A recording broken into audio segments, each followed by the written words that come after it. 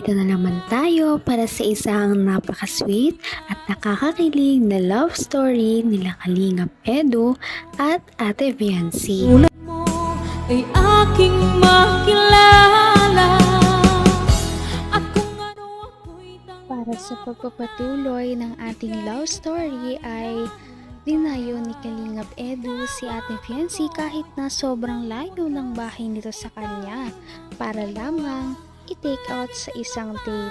At pinaalam niya si Ate Viancy at nakakatuwa dahil pumayag din naman ang mama ni Ate Viancy na sumama siya kay Kalingap Edu.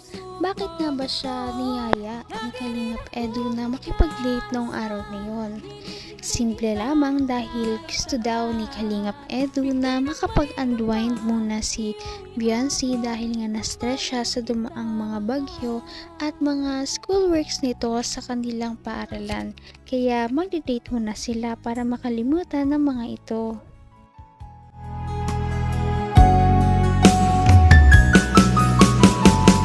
ang nais ko lang. Madami ka pang dapat gawin. Ay, wala yun. Yun pag ano na yan. Okay lang yun kahit pa mag-ganon ako. May oras ako para sa'yo. Saka kung hindi naman talaga kaya, pwede ko namang itigil yung ginagawa ko eh. Alam mo yun. Isa pa. Nangako naman ako sa'yo, di ba? Tanda mo pa? Nahihintayin kita.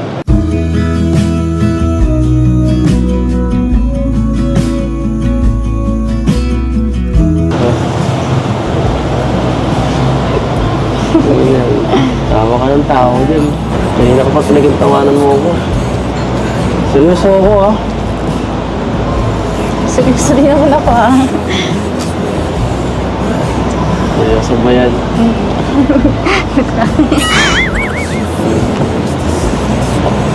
Sige. Ay, Kung kasama kasi kita, hindi ko napipigilan ngumiti. ano mo? Mukha ako nakakatawa, ganun. Pambira. So mga sinasabi mo kasi hindi ko alam kung bola o totoo. Grabe naman ito. Wala na akong oras pang bubula. Alam mo. Tumingin ka nga dito. Alam mo. Matanda na ako eh. Wala na akong oras yung pang bubula. Limited na nga oras ko. Nasayangin ko pa ang oras ko. Gusto ko. Seryoso na. Totohanan na. O bakit ikaw?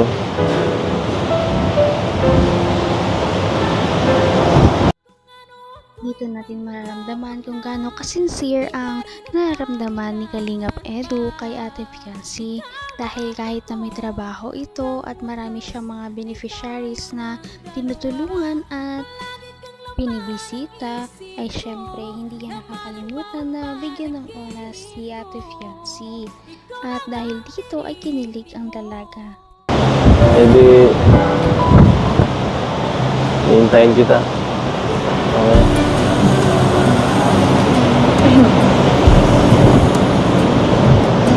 Sa'yo naman yun. Sige. Sabi mo eh.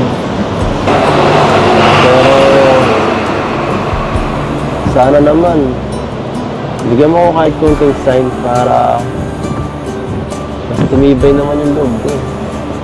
Kasi minsan... Nakakapanghina eh. Minsan hindi ko na iiwasan eh. Pigit ka. Pipit? Pigit ka. Ba't ako pipigit? Pumigit ka na lang. Di ba sabi mo gusto mo ng sign? Pumigit ka. Basta, dahan-dahan lang. Baka biglang may gawin kang kung ano eh. Sige ka na.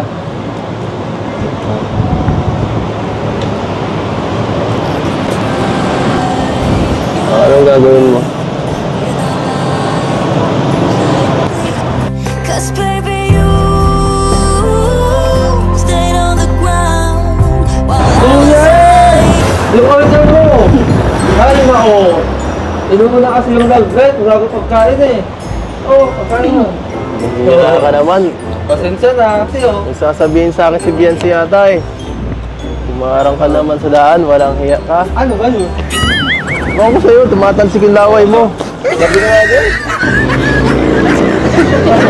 Ayun na po yung sign. Ayun na yung sign. Anong sign ba yan? Ano bang ginawa mo? Ayun na yung sign. Ay. Ang dami mo palang nanan. Siyempre, mahirap makuha ang isang bagay kapag hindi ito pinaghihirapan. Kaya sabi ni Kalingap Edu ay hihintayin niya talaga si Ate Fiancy kahit na anong mangyari. At dahil dito ay na-assure din si Fiancy na meron talaga siyang aasahan kay Kalingap Edu.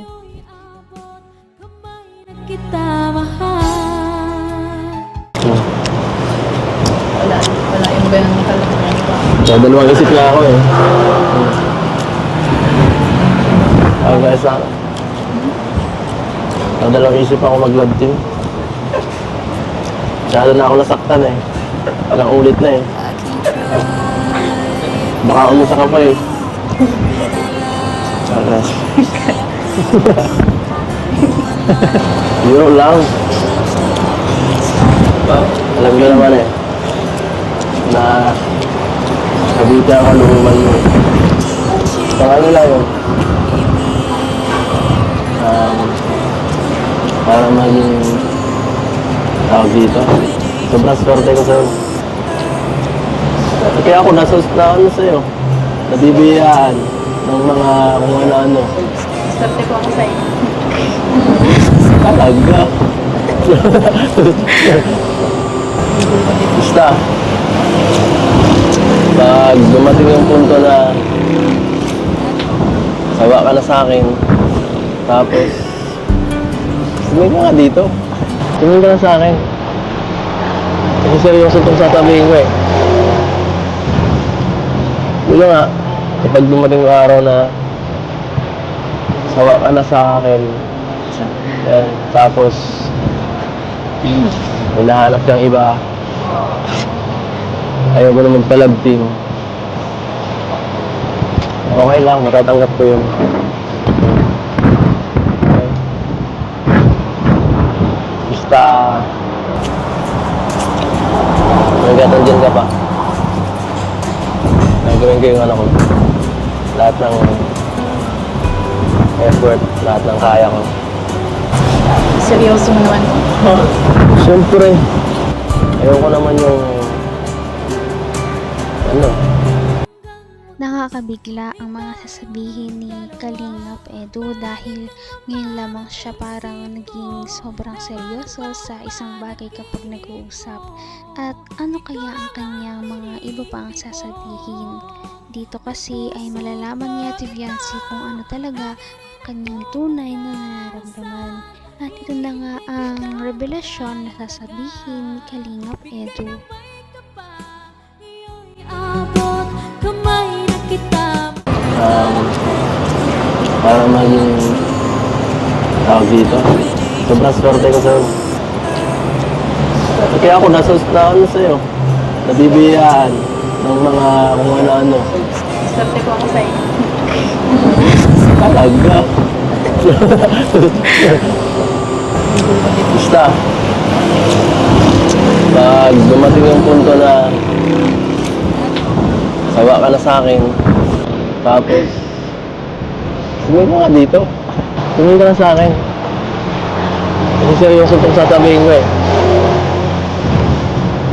Wala nga, kapag dumating yung araw na sawa ka na sa akin, yan, tapos hinahanap kang iba, ayaw ko na magpa-love team. Okay lang, matatanggap ko yun. Okay. Basta hanggang dyan ka pa. Nagawin ko yung ano ko. Lahat ng effort, lahat ng kaya ko. Seryoso mo naman. Siyempre, ayoko naman yung maging parang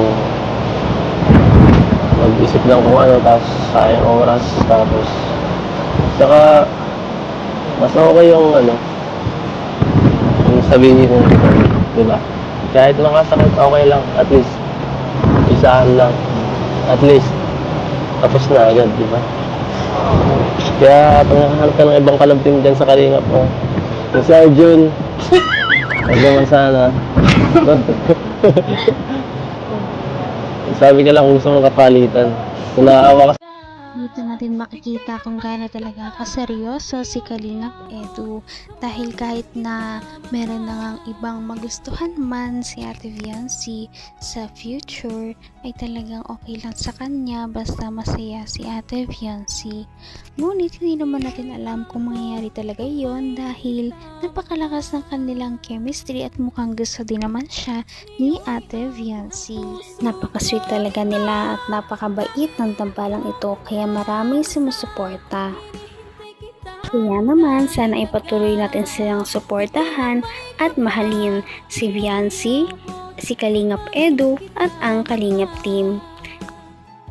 Yun lamang at maraming salamat sa panonood. Abangan natin kung magkakatuluyan ba talaga si Kalingap Edu at Viancy. Hanggang sa muli. Bye! Ngayon'y abot